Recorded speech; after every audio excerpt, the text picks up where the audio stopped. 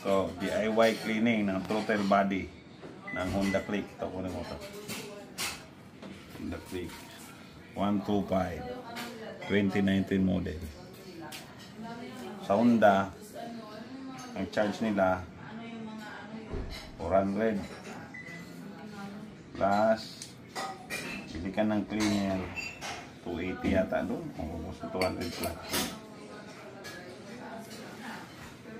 Parang 250 yata. 250.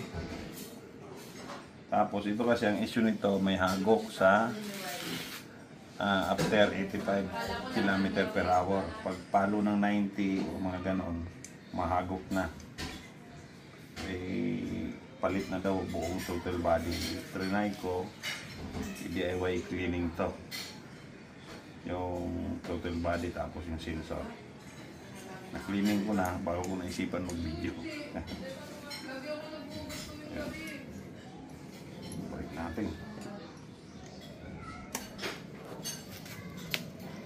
Sana ito lang yung problema. Ito, na-cleaning ko na.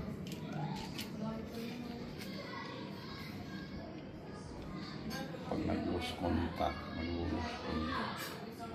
sana.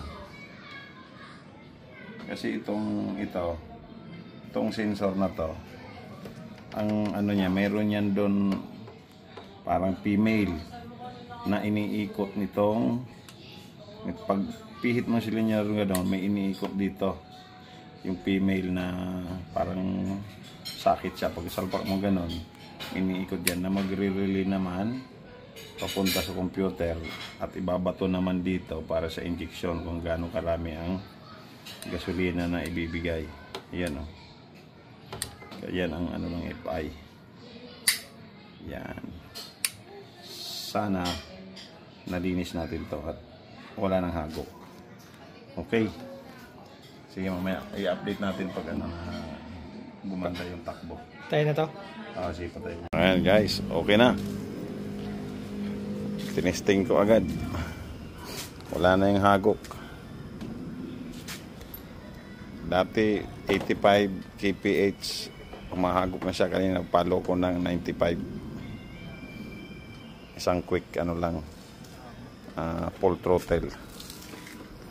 And 500 meters, malo sa 95. Ayos.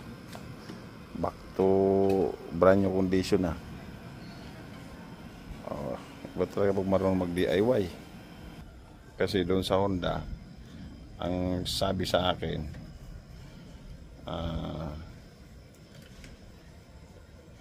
ang TPS daw assembly na kasama na throttle body. Tamad sila maglinis. Ayun, CVT cleaner lang ginamit ko, okay na lahat.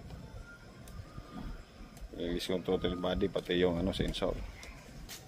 Okay ha, ayos.